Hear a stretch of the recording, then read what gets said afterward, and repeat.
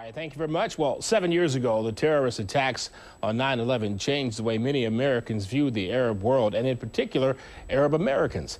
Well, the struggle to overcome those prejudices is outlined in an interesting new book called How Does It Feel to Be a Problem Being Young and Arab in America? And this morning, its author, Moustafa Bayoumi, joins us live in the studio. Thank you so much for being here. Appreciate it. Thanks for having me. You know, it's interesting because in the jacket sleeve here, you sort of, I would imagine, talk about this book and taking it a little bit from a book by W.E.B. Du Bois a few years ago, chronicling, I guess, what it was like to be black in this country as well. That's right. The title comes from The Souls of Black Folk, a 1903 classic by Du Bois. And I wanted to rethink that idea about how does it feel to be a problem. Du Bois talked about it 100 years ago during the days of segregation, of official discrimination. And it seemed to me relevant to rethink that idea about two different populations not really understanding or knowing each other 100 years later. You know, how much was this a problem before 9/11, and how much did it increase tenfold after 9/11? Well, that's exactly right. It increased enormously after September 11th. And I think there was, of course, there were these kinds of stereotypical assumptions that occurred prior to that time. But after September 11th, for example, hate crimes in the first 6 months after September 11th skyrocketed. They went up 1,700% for the Arab and Muslim American community. So that's a huge problem there. Now, this book, it follows the lives of several young people, right? Right. Now, tell me about them a little bit and what they go through and what this book does, I guess, to say how they try to overcome all these things. Sure. In the book, I draw portraits of 7 different people, 4 men and 3 women.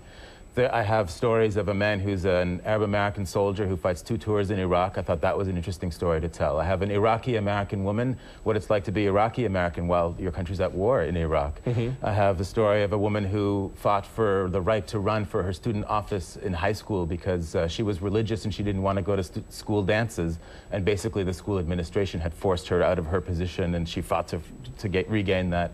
Another story of a young man who works in a grocery store. The grocery store is a really central location of Arab American life in Brooklyn, and he gets so tired by all of the culture around him that he really dreams, instead of the American dream, he dreams of what I call the Arab American dream, of relocating to Dubai, to the Arabian Gulf. How much of it is still, I guess, a lack of education amongst a lot of Americans? Because, as I mentioned to you off camera, we have a large Chaldean population here, and I think for a lot of people it all gets a little confusing.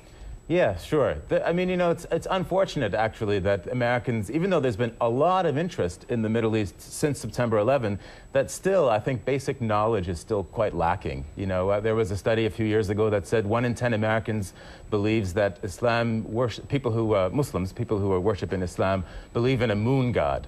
Well, that's just ridiculous. You know, there was another study years ago that said, this is during the first Gulf War, back in the early 90s, actually it said the more news you watched, the less you knew about the region. Yeah. So there is a problem. And we had a situation here, I just want to address this quickly, in which Osama bin Laden, Barack Obama, excuse me there. We were talking about that, but Barack Obama had to even apologize to some people here locally because they were denied access into certain roles into a situation that he was here when he was speaking. So he had to apologize for that, and it was a big embarrassment. Yeah, I mean, I think with the Obama campaign, you know, I don't really like the idea that they consider being a Muslim a smear tactic. They've called that a smear campaign on Obama's name.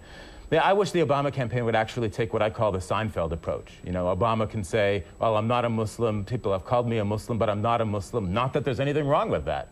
All right. Well, it's a fascinating read. That's no question about it. Moustafa Bayoumi, thank you so much. It's called How Does It Feel to Be a Problem? Thank you so much for being here. Appreciate it. Thank you. All right. And let's head on over to the Music Cafe.